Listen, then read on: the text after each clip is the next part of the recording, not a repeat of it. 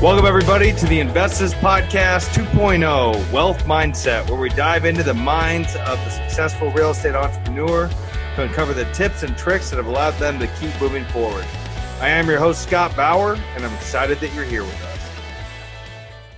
Welcome back, everybody, to another episode of the Investors Podcast. I am your host, Scott Bauer. Super pumped because guess what we're talking about today? Looks like we're going to talk about some terms, which is the hot item in the marketplace today. We got Chris Prefontaine with us. Chris, how are you? I'm awesome, buddy. Thanks for having me. Are you suffering from the coronavirus? Well, I'm working at home, but other than that, the business is cranking out. Unfortunately, what's going on, but the sellers are just reaching out for help. I mean, it's positive in that we can help them. Yep, absolutely. Well, why don't we back it up for the listeners a little bit? Why don't you give them some background about you? I know that you've gone from building homes back when you owned a real estate brokerage. I'm sure everything in between, an investment, an investor. So why don't you give the listeners a little bit more about kind of what your background is and what you're focused on now? Yeah. So from where you took it to the bridge to that gap right there is just the '08 crash. And then us saying, okay, we're not doing that again. So we re-engineered everything to say no signing personally, no banks, buying only on terms as you opened up with. And for us, that means lease purchase, owner financing, and sub 2. Now for the new person, as you know, Scott, mostly lease purchase at the beginning because it's easy and it's $10 for a deposit. And then owner financing because it does include some closing costs, and then we get them up into the sub 2. So kind of in that order. So, I mean, let's talk about the mindset you had to go through in order to get there, right? Because if, the crash of '08 happened, what were you thinking at the time? Did something happen in your business or in your life that really threw you off and you had to make a change? Yeah, what I was thinking was, oh shit.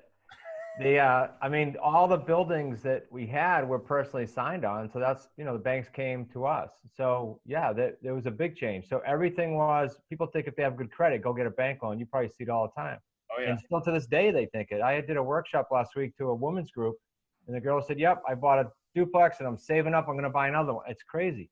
You don't have to do that. And so you don't have to use the banks. You don't have to sign personally. And that was what was going through our head was don't do that again. And I didn't realize as many years as I was a broker and then a builder, I didn't realize that all the terms opportunities available. So we totally pivoted. It took 3 or 4 years just because we had to wind out all the crap.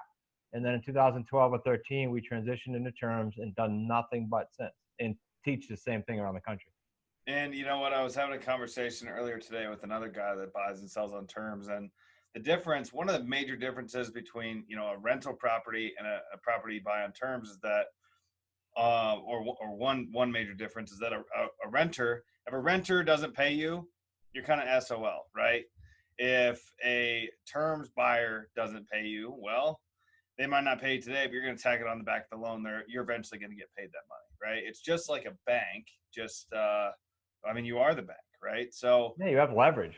Yep, absolutely. Well, so let's dive into that a little bit. Where were you at in '08? You were a broker then? No, in '08. Okay, so the transition was in 2000, I sold my brokerage business to Coldwell Banker. From 2000 till all the way up to the '08, what happened was I was coaching actually realtors back then, not investors, somewhere investors, mostly United States and Canada, about 50 of them. Okay. And then we started doing our own investments. That was rehabbing multis into condo conversion, raise the roof, single story to 2-story. My wife used to do that. And then a lot of commercial deals we were putting together. So in February of '08, like a switch was thrown. And I write about it in my book, a whole chapter just to expose people to what happened. It's like a switch went, and then there was no financing, no commercial deals, no nothing, as you know. So no, I had been transitioned away from that and doing my own deals and then just doing them the wrong way in hindsight.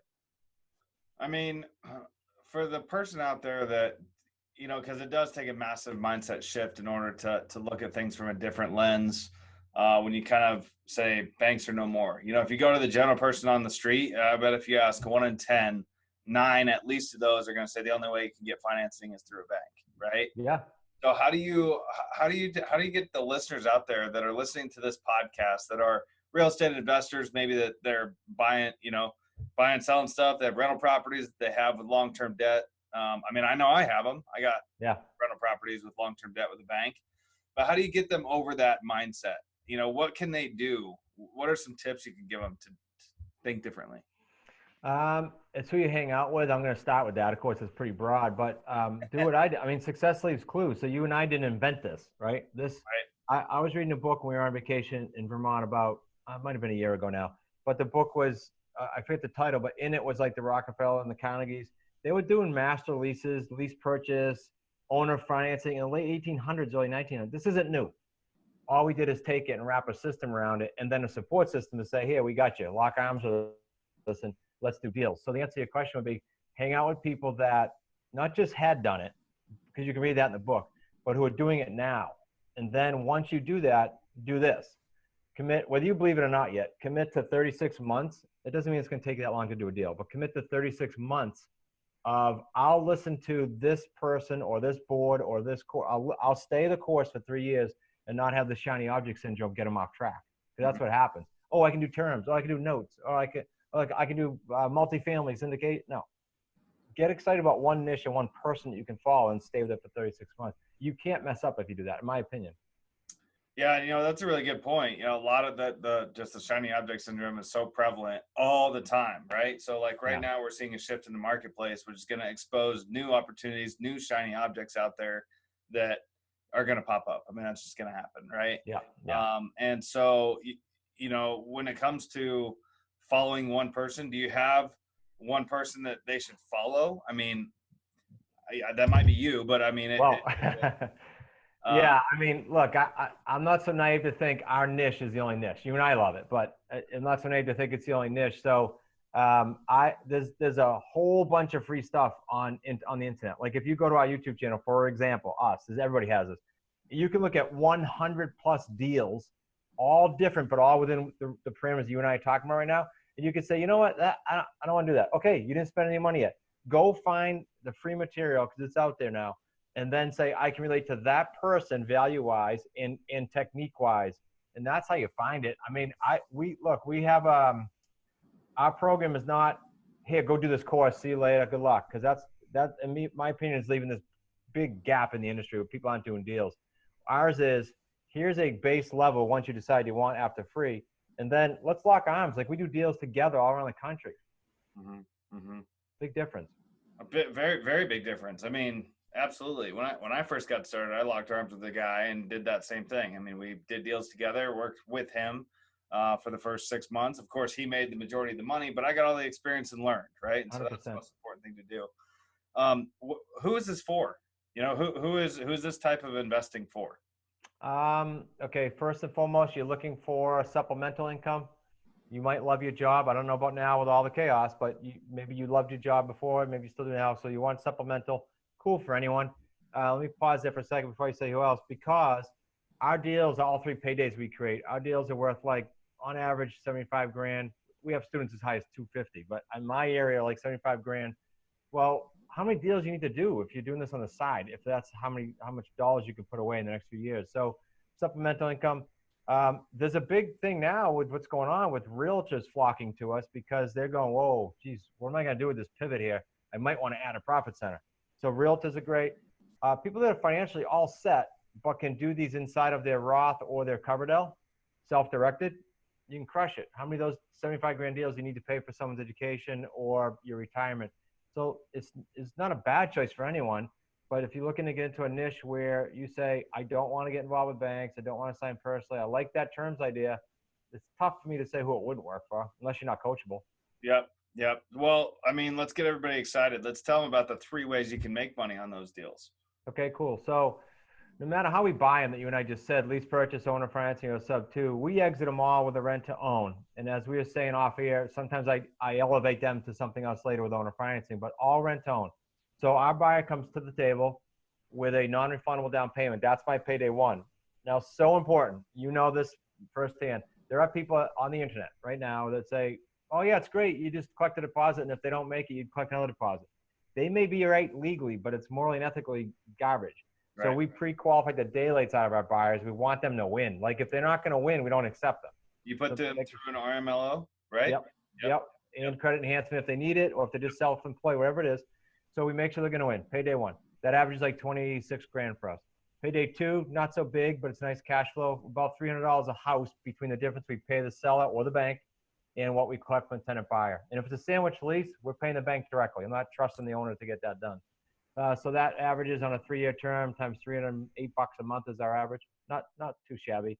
And then on the back end, that's cool because that's the markup we do plus any principal pay down throughout the term. That's pretty neat. So all those 3 paydays equal for us 75 grand. We have a student, actually your neck of the woods, she's probably the lowest on the scale, so like 45, 50 grand. And then I got people, again, 250 a house. It's crazy. Yeah, it is crazy. I mean, it's pretty exciting though. I mean, so what is the term that you're giving your tenant buyer? Is it a 3-year term where they fix their credit or okay, so unbeknownst to us with this virus, about a year ago, we started telling our associates, we call them associates, our students we work with, we started saying to them, look, push your terms with your sellers out further because then you're not going to be worried about the market. And then here we got this thing going on. So we're pushing our terms 5 to 10 years now, but with the buyers, we're actually giving them increments so we have control. So if our seller term is 5 years, I might give my buyer 3. And I might extend it as they're doing work, improving themselves, but I don't want to give them 5 and then forget about them and they can't finance at the end of it, you know? Yeah, right. Because then if you were to do that, if you were to give them that time, then they get all the way to year 5 and they can't qualify or they're not able to exercise that Waited option, too long. right? Yeah. Waited way too long, right? A lot of it's probably changed in that house. You might have to do additional repairs. You might have, there's a lot of different variables that could go wrong with that point. Where in the country would somebody want to go? You know, I mean, can you do this anywhere? Can you, for the listeners out there that are in the middle of nowhere, Missouri, is it something they can do? Yeah. Good question, because the show I was just on, he's a syndicator. And as you know, they hand pick where they go for these big deals, No, I mean, our students who come to us, we teach them how to do what they do in not only in their schedule, but in their market. It's just a matter of some markets, like literally from the day some of my students started, been flat. Some went flat, screaming hot, now slowing down, So you just tell them, given that, okay, you're not going to do FSBOs in a hot market, you might do expireds. You just have to bop and weave with it. And it changes all the time, every few years. So, I mean, as you're talking about this, it seems like it's super simple. How does somebody fail? Yeah, a couple of things. In no particular order. One is mismanaged expectations, back to what you and I both agreed on. You got to give yourself time. So mismanaged expectations. And that's because of all the garbage on the internet. People saying, yeah, come to my seminar, we'll make you a millionaire tomorrow. No, it's going to take some time. You got a learning curve. Secondly, involving yourself or immersing yourself in material that might be slightly outdated. That was my point earlier where I said, pick a mentor inside of your niche that's current. I took a student on and did a video with him because before he met me, he joined some mentor that had done it like 10 years ago. The legal forms were all outdated. He got himself in trouble. So you got to make sure that you're current. These are all things that are going to be headaches. And then once you're in the niche, the biggest mistake you can make is getting too overzealous and accepting a buyer that's not really a buyer. You didn't pre-qualify them right. You just can't wait to fill the house. That will be a headache in 2 or 3 years. You have a glorified tenant that you are going to regret. Those are kind of some mistakes. But I tell you what, Scott, to that point, I like going there because I wrote a whole chapter of what can go wrong, because most mentors won't do that, right? There was one mentor that said to me, you're going to scare everybody away. I said, no, I'm going to prep them for when they go out to say, oh, this is normal. I know how to deal with this now. Yeah, no, absolutely. And that's huge. We're going to get into that as we get closer on the end of this call, because I want to tell the listeners, the 3 books that you have written on how they can find them, because I think that's really important for people. But back to, how can it go wrong? What about finding a buyer for people out there? Is this the standard buyer? I mean, you don't have the MLS that you're putting houses, seller finance houses out onto. So how can somebody go find a buyer, and what happens if they can't find one? Are there a lot of them out there? Yeah, it was my biggest concern when I started. I remember a buddy of mine, we would compare notes, and he'd say, Chris, I'm telling you, this is like 2012. Once you get your first house, you will not sit and wait for a buyer, because you're dealing with, like, depending on the market, 60 to 80% of the buyer pool cannot today go get financing. Just so you got to throw your net out. How do you throw your net out? Online, Rent Links, Craigslist. We have our portal now syndicates like 28, 30 different portals, but it's all online. And we teach you how, but it doesn't take an Einstein to, in your market, figure out where these for sale by owner or sites you can post to by yourself. And by the way, you can, as you know, go MLS, but you don't have to. You can do a list only thing for like $100. But why do that? I mean, the demand is enormous. Yeah, and people's access to the internet today is just pretty much everybody has access to it, right? Craigslist, although you got to be willing to go through the crap. I mean, that's just what it is. There's gonna be a lot of people. I would say 80% of the people that are gonna apply for it aren't gonna be worth your time to even talk to, right? That's exactly the number I use. You're spot on. Now, another tip that I want to give everybody is that I'd mentioned putting your buyers through an RMLO, which is a residential mortgage loan officer, to make sure that they're qualified for that to be an actual buyer, right? Yeah. Do you lock arms with one? Do you go down? Do you just jump on the internet and find anybody off there, any mortgage loan officer to refer them to, or explain that a little bit to somebody? Yeah, we have a two-step system. So, and then I'll answer. So the second piece is that. First piece is we put them through a credit screening company that does the criminal, the sexual harassment, all that. But when they do that, the next stage for them is, what are the front end and back end housing ratios relative to the FICO scores, and what's their debt to income? They do all that basic qualifying. The owner of that company used to be a loan officer for like 20 years. So he does the prelim. Then us and our market and other students around the country they'll have an RMLO in their marketplace. I tried 2 or 3 times to do a national one to help everyone. It just didn't go as well as we wanted. So they all have their own. They find their own in their marketplace. But at this point, we have so many around the country that we can help a lot of people. Yeah. So it's two-tiered. That's not just so you can set the buyer up. It's also to protect your butt. Because if a buyer hits a life event, and if, God forbid, if you ever were in front of a judge, you got to have your ducks in line. And they say, well, it's all their fault. No.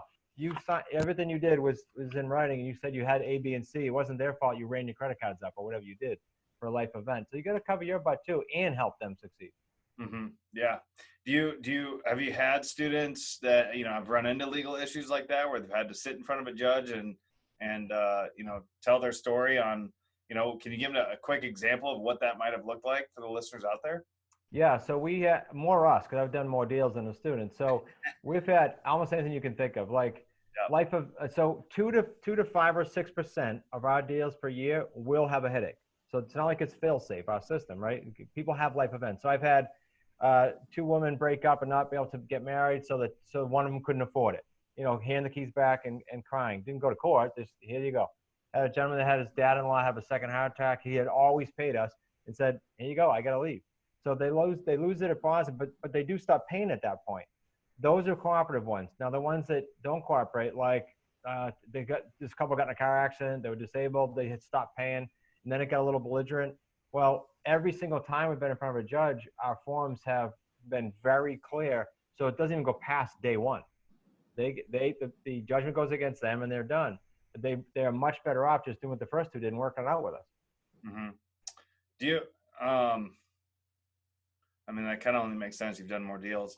Do you think, how prevalent is this in the space? How many people are actually out there doing this? Is this becoming, over the last 5 years, has buying and selling on terms become a much greater percentage of people that are doing it, or is it still pretty niche? Is it still pretty, not very many know how to do it? And kind of going back to locking arms with people that know what they're doing and are current, how does somebody go out there and find somebody that they can trust and rely on?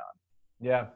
So is it more prevalent? Yeah. But I still, to this day, like I did a 3-way call for one of our students yesterday, and the seller said, I've never heard of this and I've been around. Yeah. I mean, for the most part, it's not mainstream, but I got to find the source for this, Scott, but I was reading something like a year ago, and it said in the early 90s, 2 or 3% of all transactions in the US were done on terms, lease purchase, owner finance. It didn't hit the bank.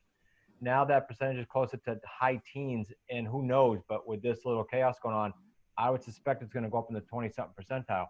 Until it hits 30, 40%, I don't think it's going to be a mainstream thing. And I don't think, for the person listening, that they have to worry about someone being in competition with them. Look, you're in the Phoenix area. I have some students that you guys probably never ran into each other. There's plenty of business. Have the prosperity mindset. It's crazy. Absolutely.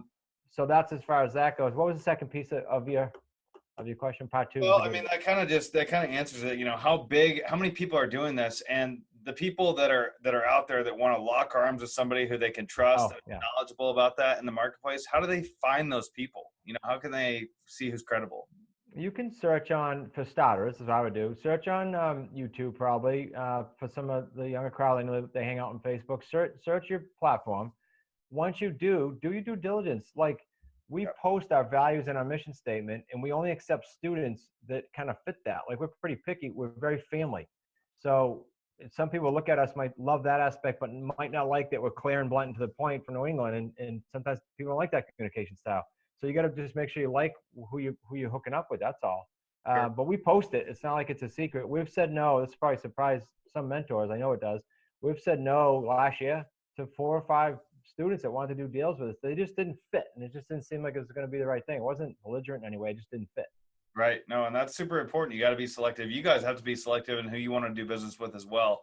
Sure. One of my employees that started with me not too long ago, I've said no to a couple of opportunities, and she said, well, why would you do that? It's like, well, Yeah. I don't want to do business with everybody. That's Yeah. just the reality of it. Not everybody fits. It's not good or bad, right or wrong. It just is what it is. And so you have to do that. That's the beauty of it, though.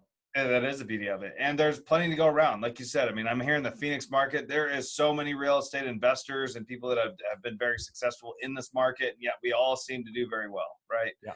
So that's a lot of a mindset. Where do you think this is going to go in the next 5 years? From a buying and selling on terms scenario where there's a lot of people that can't qualify for loans because of the, increased regulations with the banks and people that, want to sell their properties possibly on terms as well.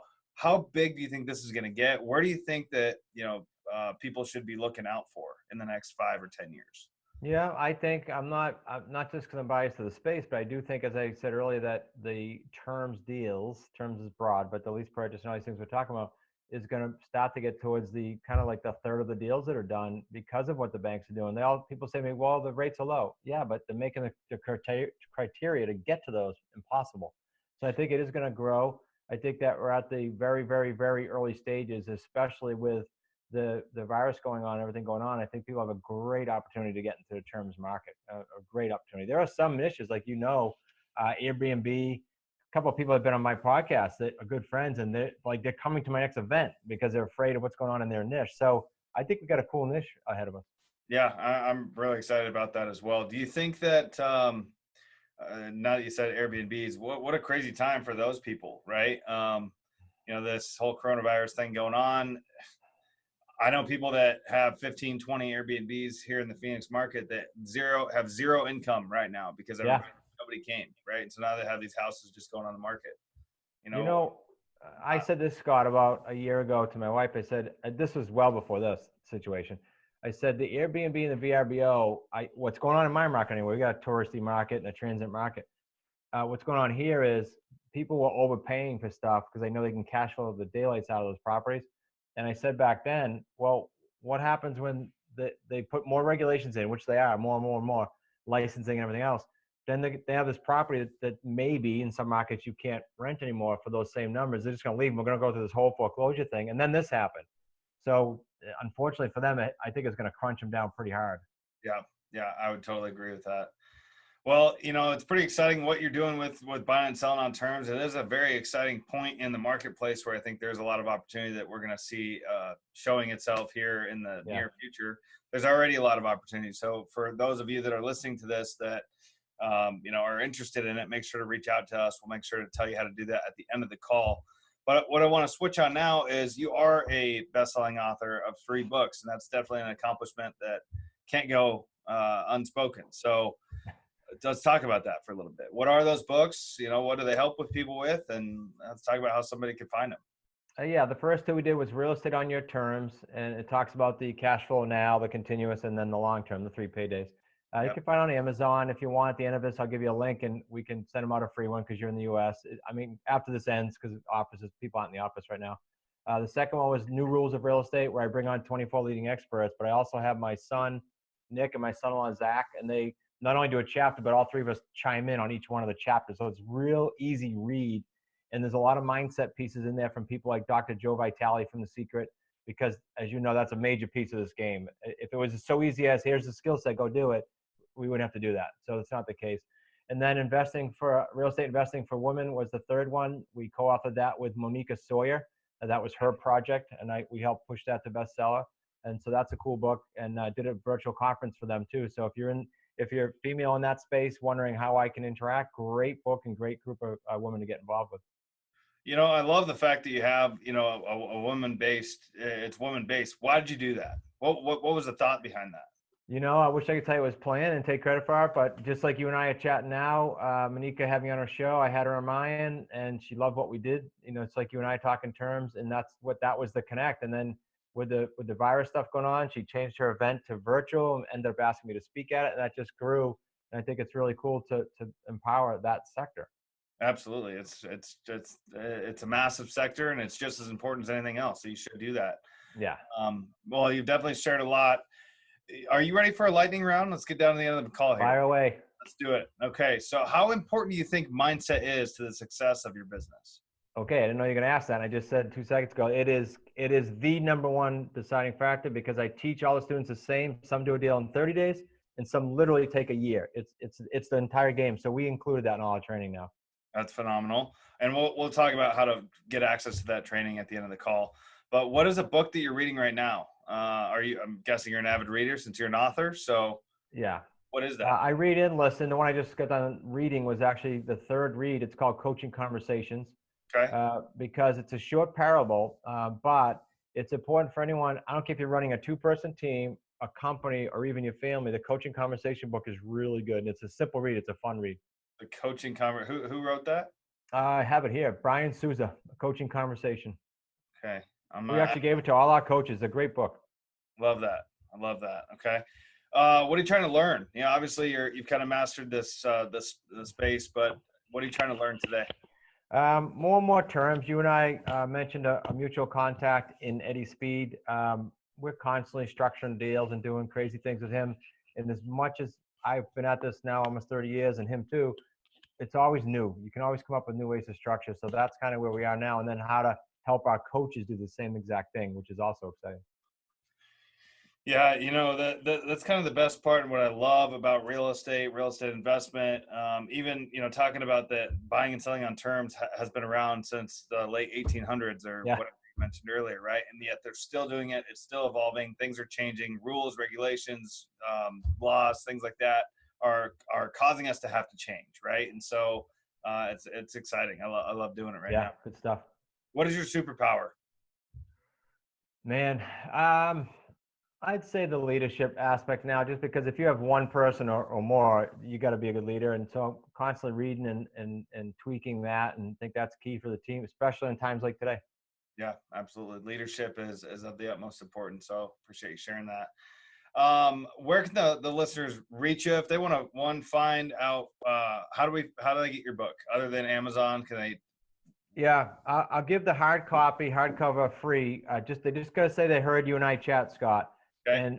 And it's not free. Put your credit card in, we'll charge you $8 for shipping. It's free. We'll pay for it. It costs us like over $6 plus the book. Just go to free, SRECbook.com. Free, okay. SRECbook.com. I'm into free just because of what I said earlier. I want people to look into the different niches. So if they want to go to a free webinar, it's about an hour. If they don't mind dealing with me for an hour, they can go to the smartrealestatecoach.com and register for that. That's simple. Awesome. We'll make sure to add that in the show notes. So for all you listeners that are listening to this, check back in on that. The other thing is, if they want to get involved in your courses? Are you putting on live courses and things like that? Do you do live events, things where you teach people how to do this? Yeah, luckily about a year ago, we started pivoting to virtual. So if they go to smartrealestatecoach.com, they'll see the events. Like, I don't know when this is airing, but we literally have one next week, but we have twice a year. Everything's on that main site there. They can contact me that way, or they can get involved in one of our things. And again, do your due diligence and take your time. Well, it sounds like the Smart Real Estate Coach website is the place to go to really find out a lot of information. And I tell you what, I've appreciated you, sharing the information. It's always good to have good conversation with fellow investors out there that are doing good things. Everybody, this is Chris Prefontaine. He's the buying and selling on terms guy. So you got any last remarks here? No, just take what I said earlier with the 3-step process, where I said find a niche, find a mentor, and then stick with it for 3 years. You'll have a great experience. I love it. Love it, man. Well, I appreciate it. And we'll make sure to talk to you real soon. Thanks, buddy. Thanks for having me. Talk to you.